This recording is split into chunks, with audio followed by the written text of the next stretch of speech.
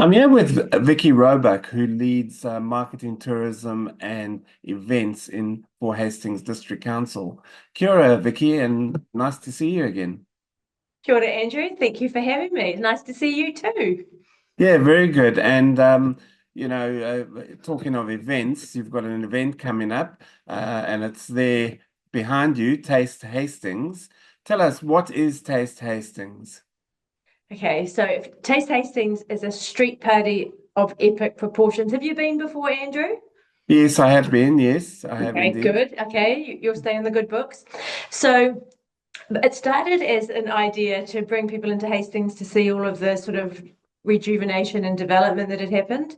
And it went so well that it just keeps growing year on year. So we're expecting big crowds tomorrow night. Starts 5:30 to 8:30 p.m. And it is literally a street party. We close the roads from Albert Square down to the end of the municipal building. We've got 28 pop-up wineries. We've got brewers, we've got cideries, we've got foodies, we've got 6 food trucks, we've got a live band, Stolen Records. If you haven't heard them before, they're really good. We've got a DJ down in Landmark Square. We've got an acoustic duo at the other end of the street. So the whole vibe is it's set to be a great night out. So, you should make sure that you're coming along again tomorrow. Absolutely. So, apart from the trucks and that, will the some of the restaurants and bars and that be open as well? Definitely. So all of the great hospo, your Bambinas, Cellar 495, Long Island Deli are coming out onto the street to do some delicious desserts for us. We've got Martingi Butchery, which if you haven't been there before, they're coming out to sort of do some delicious meaty bites with Chef Matt Coop. Fun Buns, Satio, all of the favourites, they'll all be open.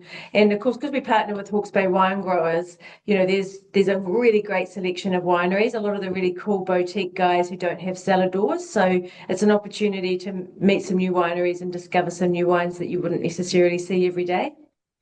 What does it take to organize something like this, Vicky? It must take quite a bit of planning and preparation.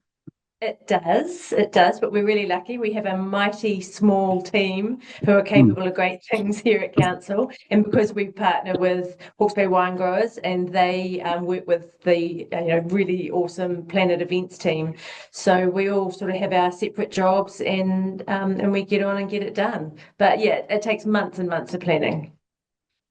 Vicky, when I first arrived in Hawke's Bay in 2012, the CBD, especially that end of town, looked remarkably different to what it does today. And what always surprised me was how at about 5 o'clock in the evening, the whole city shut down and it was as quiet as a church mouse, nothing moving. There's been a tremendous revitalization. Tell us a bit of what has gone into that. Oh, look, I mean, the revitalisation of Hastings started well before my time, so I can't take too much credit for that. But obviously, we're really lucky. We've got a really committed council, mayor and exec team who, want to, keep driving Hastings forward. So they've created a lot of opportunity. Obviously, we've got a lot of amazing private developers who've all put in a lot of money to our CBD. So if you go to the Tribune building, obviously Toy Toy is a huge piece of that development now, and visionary sort of businesses who said, hey, actually, let's give Hastings a go.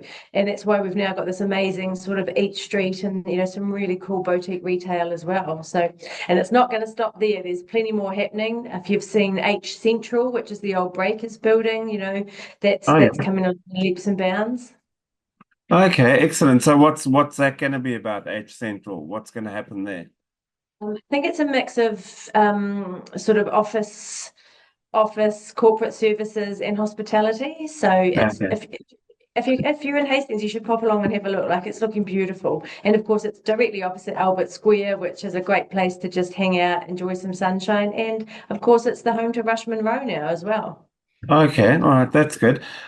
Because the thing about most sort of cities and that around the world and in New Zealand is it's their nightlife and it's how after office hours when people go home, on their way home, they can stop for a drink or they can go out for dinner or that. So do you think Hastings is now fulfilling that sort of that role as well?